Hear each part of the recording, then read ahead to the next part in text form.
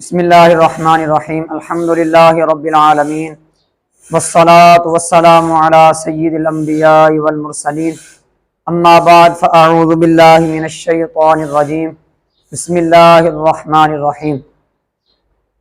عزیز ناظرین کرام، آج ہم علم الصرف کا سبق نمبر 12 پڑھیں گے۔ سبق نمبر 11 کے اندر ہم نے 7 اقسام مکمل کی تھی اور اس سبق میں ہم نے گزارش کی تھی کہ چند باتیں رہتی ہیں وہ ہم سبق نمبر 12 میں پڑھیں گے، تو آج ہم انشاءاللہ اللہ کے فضل و کرم سے وہ بحث مکمل کریں گے۔ پھر اس کے بعد 7 اقسام کی وجہ تسمیہ، صحیح کی وجہ تسمیہ، محموز، معطل، مضاف، یہ سارے ان کی وجہ تسمیہ پڑھیں گے تاکہ آپ کو پتہ چلے کہ ان کو یہ نام کیوں دیا گیا۔ تو چلتے ہیں اپنے پچھلے سبق کا جو حصہ رہتا تھا وہ پڑھتے ہیں۔ اسم اور فعل کی مزاجی حروف کے اعتبار سے 14 قسمیں بنتی ہیں۔ آپ دیکھیں گے صحیح، آگے محموز کی 3 قسمیں ہیں، وہ بھی لکھنے لگے ہیں۔ صحیح، محموز الفا، محموز العین، محموز اللام، یہ 4۔ مثال واوی، مثال یائی، اجوف واوی، اجوف یائی، ناقص واوی، ناقص یائی، لفیف مفروق، لفیف مقرون، مضاف ثلاثی، مضاف رباعی، یہ 14 قسمیں بنتی ہیں۔ صرفیوں نے ان 14 قسموں کو ایک شعر کے اندر بند کیا ہے۔ وہ صرفی حضرات نے یہ شعر یاد کیا ہوا، جنہوں نے صرف پڑھی ان کو یاد ہے، اور جو بھی پڑھ رہے ہیں وہ اس کو مزید پڑھیں گے۔ وہ شعر کیا ہے؟ صحیح استو، مثال استو، مضاف، لفیف و، ناقص و، محموز و اجوف، یہ 14 قسمیں انہوں نے کلوز کر کر یہ 7 قسمیں بند کر دی ہیں۔ نمبر 1 صحیح کو ایڈ کیا، پھر مثال کو، پھر مضاف کو، لفیف کو، ناقص، محموز، اجوف۔ ان کی جو باقی قسمیں بنتی تھی ان کو ایڈ نہیں کیا، بس موٹا موٹا ان 7 قسمیں بنائی، اب ان کو کیا دیا؟ 7 اقسام۔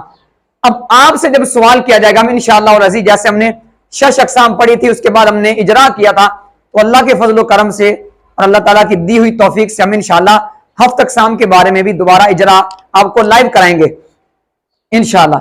تو یہ 7 اقسام ہے۔ اب ہم ان میں سے 7 اقسام میں سے آپ سے سوال کریں گے کہ بعد 7 اقسام میں کیا بن رہا ہے، دعا 7 اقسام میں کیا بنے گی، یہ ساری ڈیٹیل آگے آئیں گی۔ ان 7 قسموں کو صرفی حضرات 7 اقسام کہتے ہیں۔ تو یہ 7 اقسام، 7 کہتے ہیں 7 کو، یہ 7 قسمیں ہیں، ان قسموں کو صرفی حضرات 7 اقسام کہتے ہیں۔ تو آج ہم سٹارٹ کریں گے وجہ تسمیہ، صحیح سے جتنی پڑھیں گے وہ آج پڑھیں گے، باقی انشاءاللہ کل پڑھیں گے۔ صحیح کی وجہ تسمیہ کیا ہے، یعنی صحیح کو صحیح کیوں کہتے ہیں؟ صحیح کا لغوی معنی ہے تندرست، کیونکہ صحیح حرف علت، حمزہ اور تضعیف مطلب 2 حرف جنس کے، ان سے خالی ہوتا ہے، اس لیے صحیح کو صحیح کہتے ہیں۔ حمزہ بھی نہیں ہوتا، حرف علت بھی نہیں ہوتے، 3 واو الف یا، اور 2 حرف جنس کے بھی نہیں ہوتے، اس لیے ان چیزوں سے یہ صحیح سلامت ہوتا ہے۔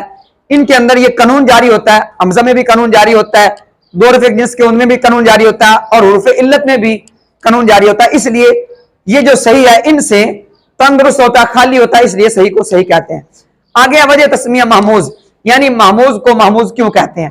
محموز کا لغوی معنی ہے حمزہ دیا ہوا، کیونکہ محموز کے حروف اصلیہ کے مقابلہ میں حمزہ ہوتا ہے، اس لیے محموز کو محموز کہتے ہیں۔ آگے وجہ تسمیہ مثال، یعنی مثال کو مثال کیوں کہتے ہیں؟ وہ مثال واوی ہو یا مثال یائی، مثال کو مثال کیوں کہتے ہیں؟ مثال کا لغوی معنی ہے مشابہ ہونا، ہم شکل ہونا، مشابہ ہونا، ہم شکل ہونا، کیونکہ مثال کی ماضی کی گردان صحیح کی ماضی کی گردان کے مشابہ ہوتی ہے، اس لیے مثال کو مثال کہتے ہیں۔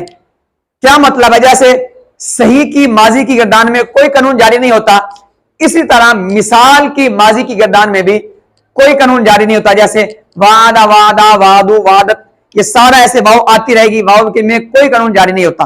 تو اس لیے صحیح کی ماضی کی گردان کی یہ مثال والی گردان مشابہ ہوتی ہے، اس لیے یہ مشابہ ہونے والا معنی مثال کے اندر پایا جا رہا ہے، اس لیے مثال کو مثال کہتے ہیں۔ تو آج ہم نے صحیح کی وجہ تسمیہ پڑھی، محموز کی اور مثال کی۔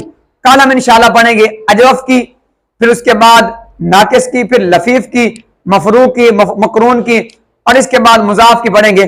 تو انشاءاللہ العزیز ہماری یہ بحث مکمل ہوگی، پھر اس کے بعد مزید آگے بحث ہوگی، پھر سیغوں کے اعتبار سے پھر ماضی کی علامتیں آئیں گی، پھر ہم وہ باتیں کریں گے جو ہم نے آپ کو پہلے نہیں بتائی تھی، آہستہ آہستہ وہ ساری آتی رہیں گی۔